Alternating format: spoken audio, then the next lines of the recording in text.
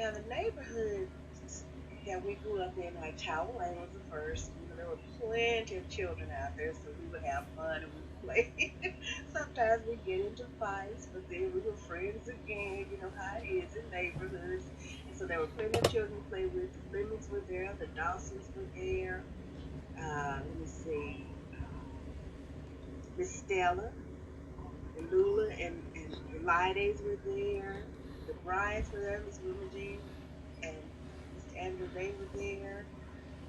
Gosh, there were so many families out there. I remember Miss Ford and her girls, and down in the other block, I know, yeah, Glenda Faye and Barbara and them lived down in the circle down in Miami Louise. Sister Price and them, who was Sister Winters then, they lived down off in there too. Oh, and I think, let's see, yeah.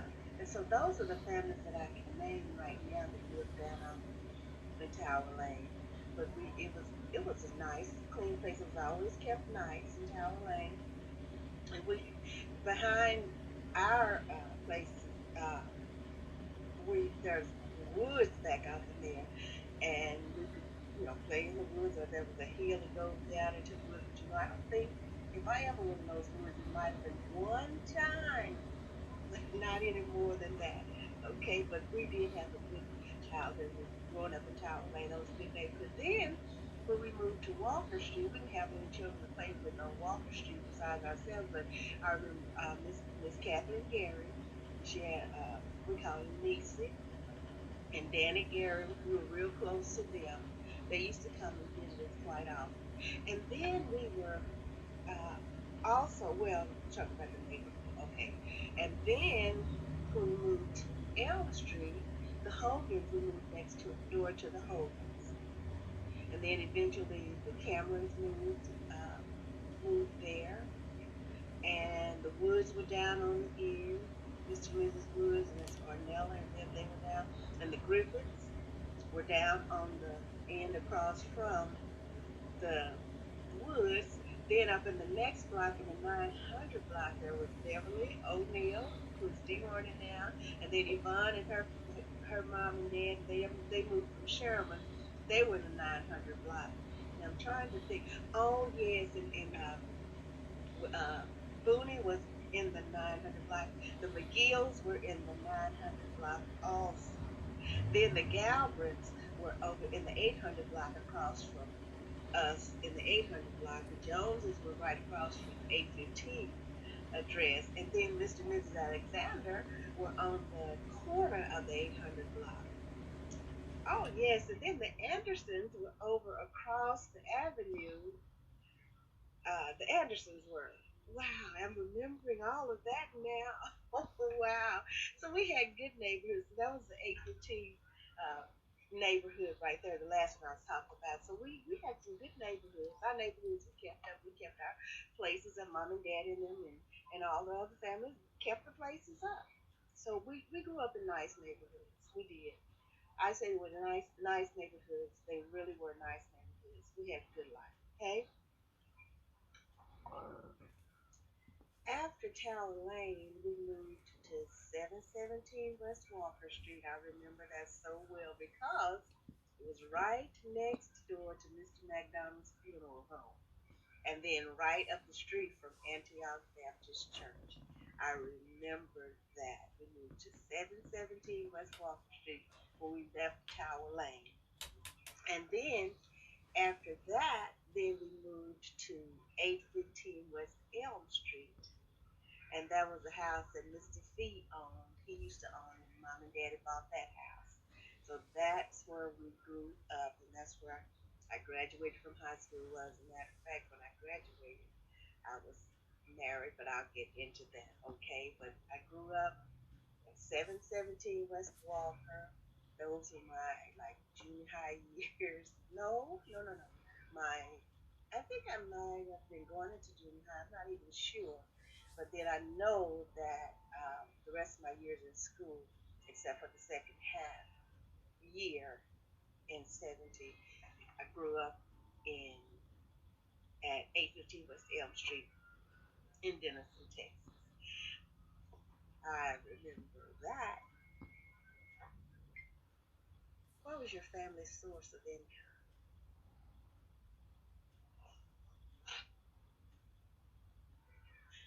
Daddy worked, I, and I'm trying to remember, did he work for the Pikes? I know the Pikes and the Gonzaleses. Well, he worked for the Pikes at a paint and body shop. And I'm not sure if he worked for the Gonzaleses or not, but they were real close to Daddy and Mama and our family also. But I know he worked at Pikes Paint and Body Shop. And then after Mr. Pike got, I would say, funny with Daddy, Daddy left that shop and went and started his own paint and body shop, which was a very, very successful paint and body shop. Daddy was the top paint and body man in the area. And people would come from Dallas, they would come from around different towns and cities and bring their cars so that Daddy could put them back together. He could take a car that had been totaled, frame and all, bent. Daddy could put that car back together just like it was when it was new. He was just that good at what he did. And hey, even though I didn't work in the shop, I could, going in and out, I could see how he did things and everything. I tell you what, I know how to sand a car. I know kind of how to take dents out, how to put the putty on there, and all of that.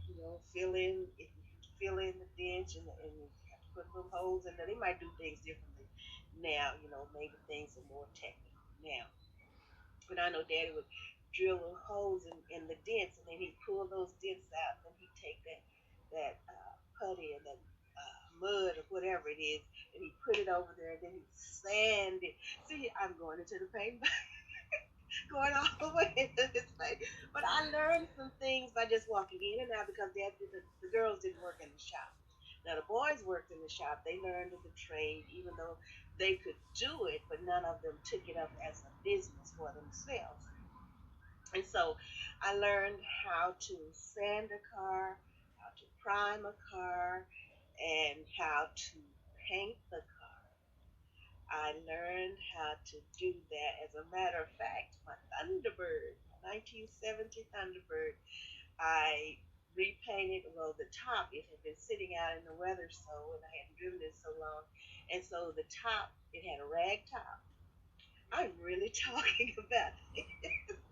I'm telling you, this is what what Daddy did. He's a paint and body man, and so it just we learned this stuff, and it had a rag top, and I pulled that top off and sanded it down. I don't know what I should say, ground or grinded it, but I took the grinder and I smoothed that top out, got that rust off of that top and everything.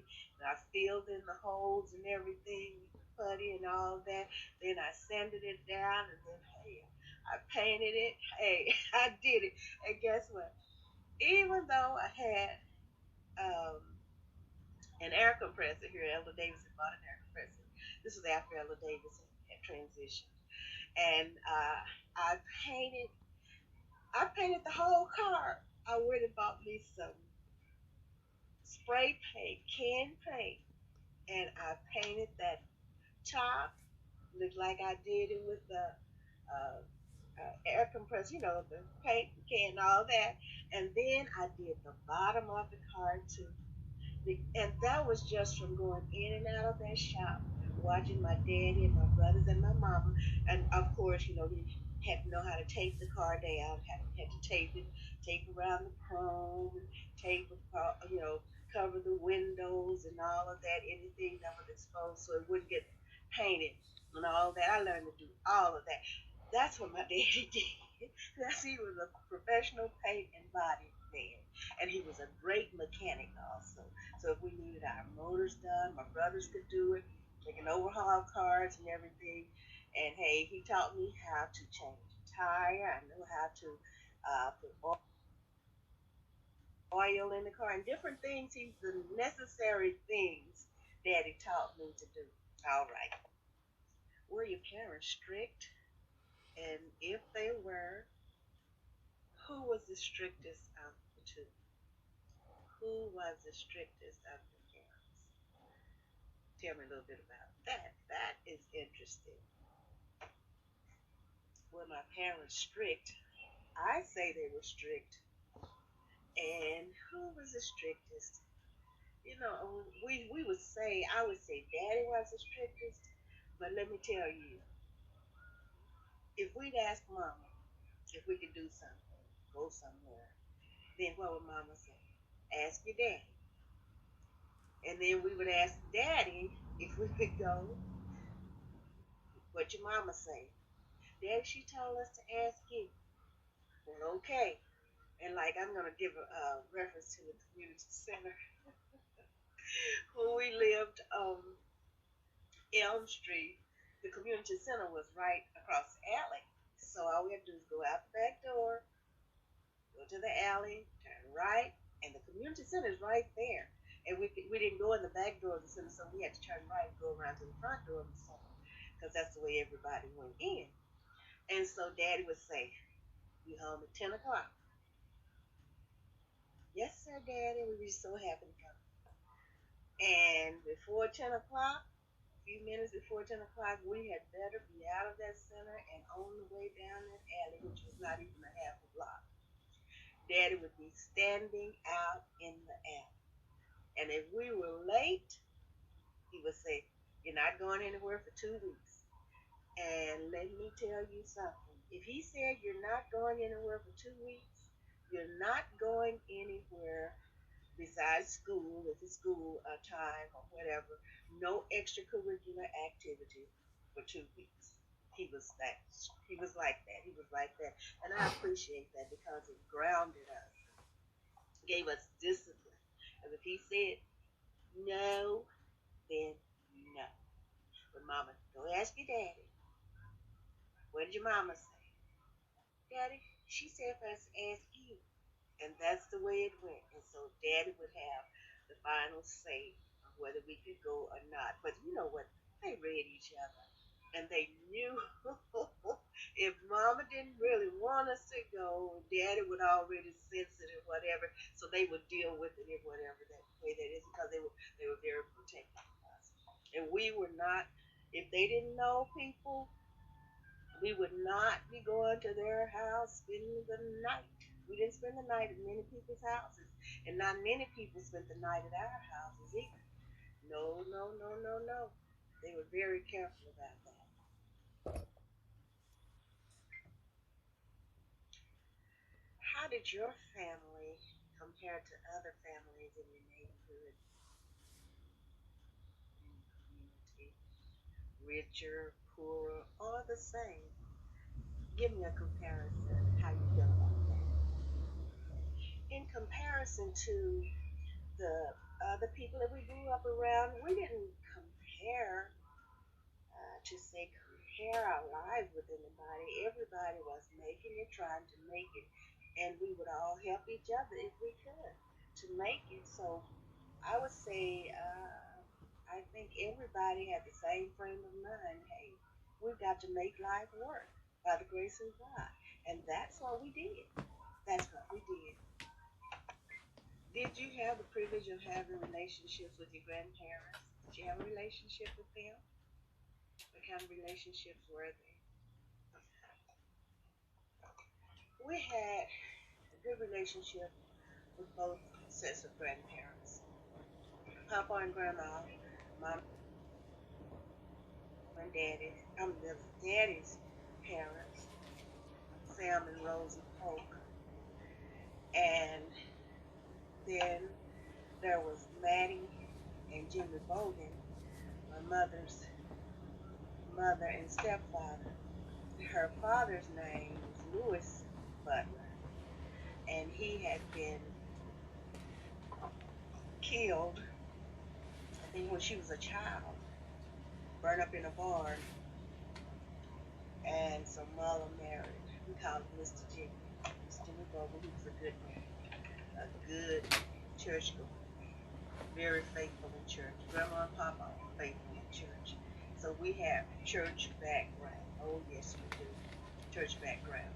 And I remember Papa, Papa wore khakis, and I remember, I know I was very small, and we would go to church. We would walk to church in Chapel Hill, and I remember Papa. I don't remember the song, but I know he started singing at the back of the church. We got up and started walking and singing the song Papa had. I enjoyed Papa singing that song. I remember that much about Papa. And we would go down in the summer, and we would spend at least 2 weeks per summer with Papa and Grandma and Mullen, Mr. Jimmy. We call Mama's mother Mullen, and Mr. Jimmy. We would spend 2 weeks with each of our grandparents, set of grandparents, every summer. And then on holidays and especially holidays, we would always go down and we would spend time with each set of grandparents, mom and dad, and we would go and visit Papa and Grandma, Mulla and Mr. Jimmy, or vice versa. But we would visit because Mulla and Mr. Jimmy lived in Ackworth, which is another community in Clarksville. And so the visits, they were miles apart, but we would always make those visits. And then I'm trying to think if it was every week or every 2 weeks, we would always go down home. We call it down home, Clarksville, down home, and see Grandma and Papa and Mullen, Mr. Jimmy, Bessie, Tommy, and Judy. And then Grandma and Papa didn't have their children, but then Danny did go and stay with Grandma after Papa died. So yes, we had a good relationship with our grandparents. Got to spend much time being spoiled by our grandparents. Being very spoiled. That's how I learned to milk a cow, how to get the milk, let it what's it turn into cream, then skim. Let me see. We skim the cream off of the milk, and then we churn the milk and make butter in the milk, and then we would have buttermilk. Okay, we skim the butter off the top and cream it up and everything. I know how to do all of that. I'm telling you, I know how to make, and I know how to ride a horse. Now, would I get on a horse today? I don't think so, but I know how to ride a horse. I know how to put a saddle on. I know how to put a bridle on the horse. I know how to do all that because we learned all of that, learned how to do it down home in Ackworth because Junior and Tommy and them, they taught us how to do things. That's how we learned how to drive stick shift and all that. We were very young because we had plenty of pasture, plenty of land to practice on.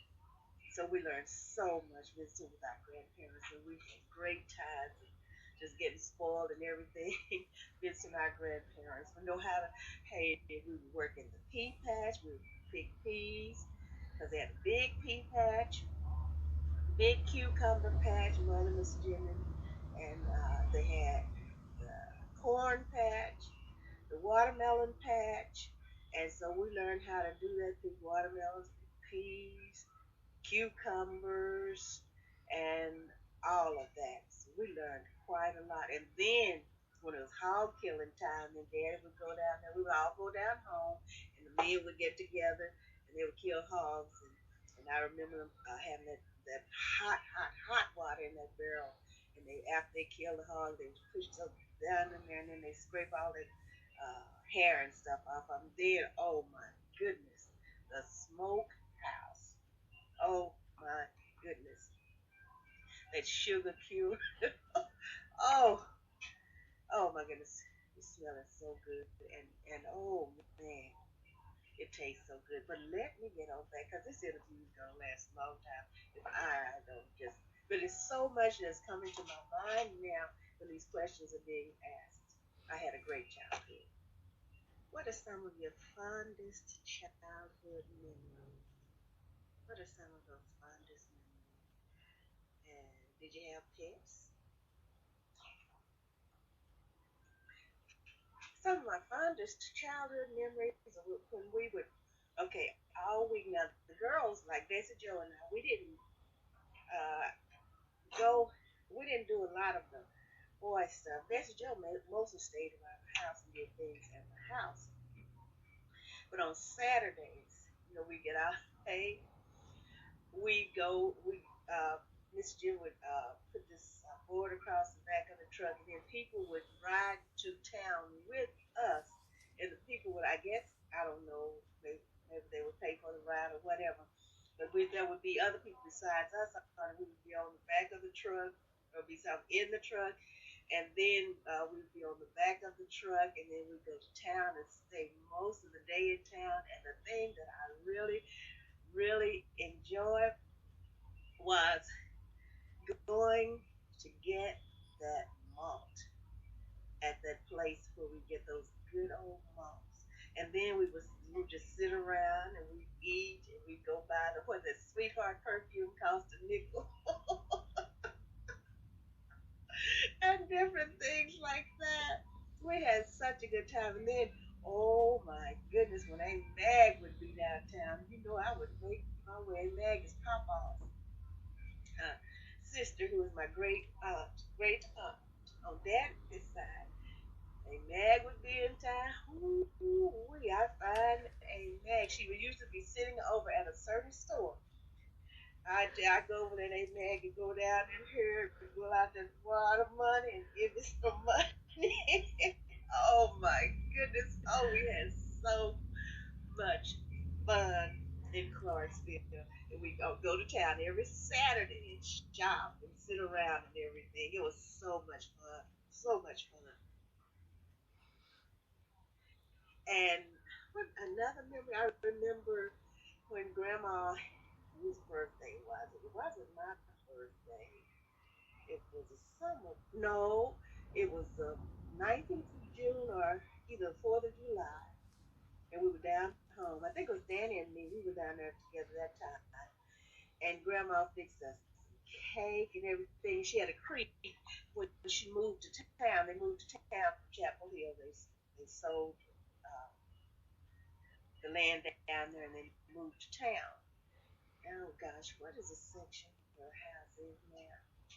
I can't even think of the section where the house is now. But anyway, there's a creek that goes down this on that property. And Grandma let us go swimming one time, but if we look up, there she be watching us. She kept an eye on us. She took really good care of us. I remember those times. And then, oh yeah, I learned how to gather eggs from the chickens and all of that. We had such a wonderful, wonderful childhood because we had places to go and freedom, things that we could do. We learned to do so many wonderful things, so many wonderful things. And our grandparents were loving people. And our cousins. What schools did you attend? Did you have a best friend? And if you did have a best friend, are you and the best friend still in communication today with each other? I attended this first school, was the Terrell Elementary School, and then I went as far as the ninth grade in Terrell, and that was my last year at Terrell School because integration came in and they closed Terrell School down. Then we went to the Genesis Senior High, and then of course the other ones went to different places that were younger than us. But my friend, I say my best friend in school, we call her Cotivi, but she's Clotilia Jackson, and I considered us as being best friends. She's my best friend, called the Cotivi. Okay, and we had fun together throughout school. And we don't see each other. We hardly ever see each other now. But I still consider her as my friend. Haven't seen her in a while, but I still consider her as my friend. And I say she's my best friend in school.